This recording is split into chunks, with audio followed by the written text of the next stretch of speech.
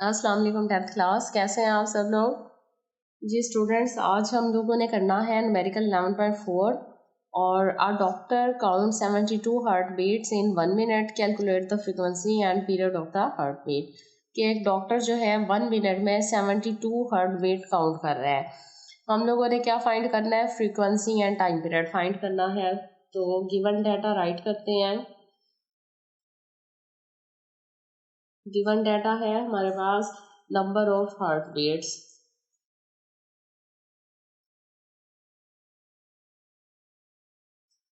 Number of heart beats कितनी है 72 और टाइम कितना है, time of 72 heart beats, time of 72 heart beat वो है 1 मिनट। तो 1 मिनट इक्वल होता है 60 सेकेंड्स के, क्योंकि 1 मिनट में कितने होते हैं 60 सेकेंड होते हैं। अब फाइंड क्या करना है, frequency and time period. Frequency is equal to F find out करनी है और time period T is equal to find out. दो चीज़ें हम लोगों ने मालूम करनी है, फ्रीक्वेंसी और टाइम पीरियड। तो हमें पता है टी इज इक्वल टू होता है एफ 1/f के, और दूसरा फार्मूला आ जाएगा हमारे पास फ्रीक्वेंसी का। तो यहाँ पर एफ 1/t के इक्वल तो नहीं आएगा, क्योंकि टी भी नहीं है और एफ भी नहीं है। लिहाजा फ्रीक्वेंसी जो है वो आ जाएगी नंबर ऑफ वेव्स पर सेकेंड। डेफिनेशन क्या है, नंबर ऑफ वेव्स पर सेकेंड। एक सेकंड में वेव्स की तादाद और टाइम पीरियड का फार्मूला आ जाएगा 1/f। लिहाजा हम सबसे पहले फाइंड करते हैं फ्रीक्वेंसी, ताकि टाइम पीरियड भी मालूम किया जा सके। तो इसके लिए क्या करना है, 60 second number of heart beat in 60 seconds number of heart beat 72 है, 72 टाइम है ना 60 सेकेंड्स में। तो 1 सेकेंड में कितना आएगा, in 1 second number of heart beat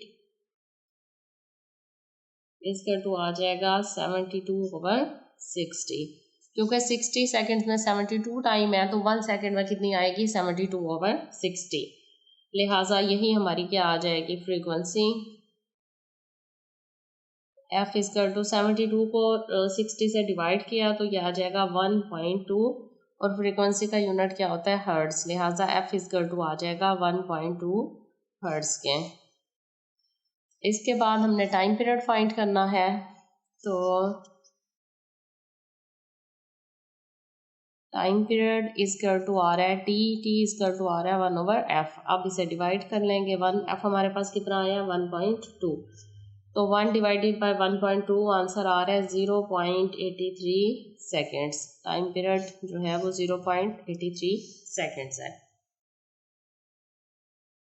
11.5 numerical है, a marine survey ship sends a sound wave straight to the sea bed. It receives an echo 1.5 second later. The speed of sound in sea water is 1500 meter per second. Find the depth of the sea at this position. तो given data हमारे पास दिया हुआ है कि एक ship है जो कि वेव साउंड वेव सेंड कर रहा है स्ट्रेट नीचे समंदर की तरफ भेज रहा है, और इको जो है वो रिसीव होती है 1.5 सेकेंड्स के बाद। तो पानी में जो साउंड की स्पीड है वो 1500 मीटर पर सेकेंड है। तो मालूम हमने क्या करनी है, समंदर कितना गहरा है, डेप्थ ऑफ सी फाइंड करनी है। तो डाटा राइट करते हैं। हमारे पास डाटा जो है वो दिया हुआ है। सबसे पहले time to receive eco,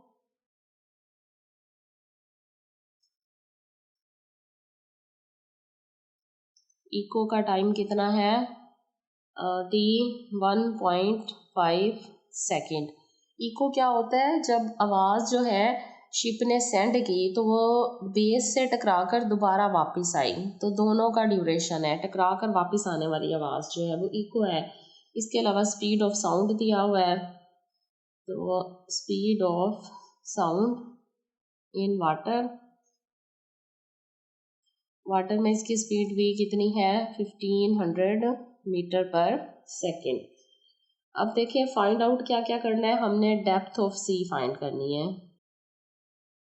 depth of सी, जो कि डी के इक्वल है, मतलब डिस्टेंस जो है शिप का नीचे बेस तक कितना है। तो फार्मूला हमें पता है कि स्पीड इक्वल होता है डिस्टेंस ओवर टाइम। लिहाजा डिस्टेंस फाइंड करना है तो टाइम उधर मल्टीप्लाई हो जाएगा, तो ये आ जाएगा speed multiply time is equal to distance. अब आप वैल्यूज पुट कर लें, डिस्टेंस डी के इक्वल है, स्पीड वी के इक्वल है, मल्टीप्लाई टाइम टी। तो वेलोसिटी कितनी है 1500 है, और टाइम कितना है इको का 1.5 सेकेंड है। तो 1500 को जब 1.5 से मल्टीप्लाई करेंगे ये आ जाएगा 2250 मीटर। ये हमारे पास क्या है डिस्टेंस है। लेकिन ये डिस्टेंस जो है ये कौन सा डिस्टेंस है, ये टोटल डिस्टेंस है। देखें यहाँ से साउंड नीचे गई, ये सी की डेप्थ है, फिर यहाँ से टकरा कर ही ऊपर आई है, तो यहाँ से यहाँ तक का ये जो फुल डिस्टेंस है ये 2250 है मीटर। तो हमने तो सिर्फ शिप का और सी का बेड का डिस्टेंस फाइंड करना है, मतलब इसे हम 2 पर डिवाइड करेंगे तो हमारे पास एक साइड का डिस्टेंस आ जाएगा। लिहाजा हम लिखते हैं depth of sea is equal to D over 2। तो डी हमारे पास 2250 है, डिवाइडेड बाय 2 करेंगे तो यह आ जाएगा 212 212 224 25 10 मीटर, यानी एक साइड का जो डिस्टेंस है 1125 मीटर आ रहा है।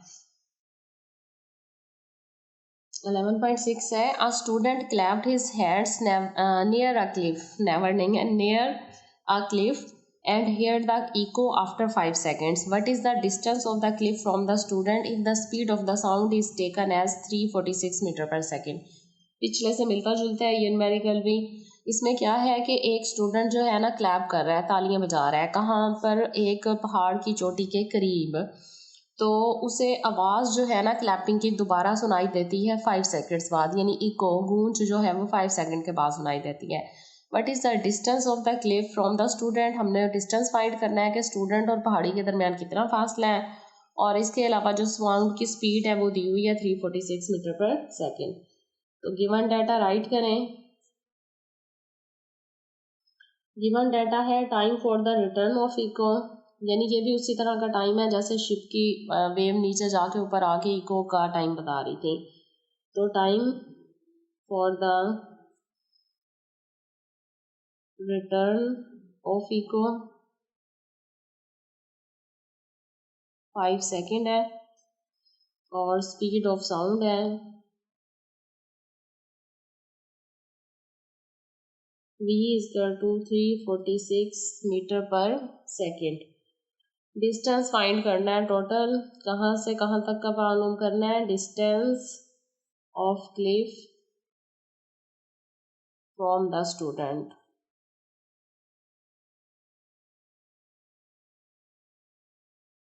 तो ये डी आ जाएगा, फार्मूला वही आएगा। वेलोसिटी इज इक्वल टू होता है distance over time, D find करना है तो V T is equal to D, लिहाजा D is equal to V T arrange कर लिया।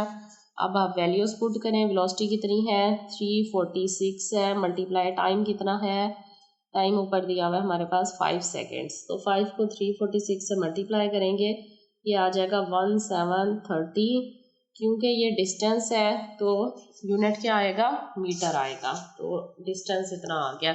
अब उसी तरह ये टोटल डिस्टेंस है, यानी इको भी हमारा टाइम भी टोटल था, क्लैपिंग की जाने की और वापस आने की आवाज़ गूंज का टाइम था, लिहाजा ये टोटल डिस्टेंस है साउंड का जाने और आने का। तो हमने सिर्फ स्टूडेंट और पहाड़ी के दरमियान क्लिफ के दरमियान डिस्टेंस फाइंड करना है, लिहाजा हम इसे 2 से डिवाइड करेंगे।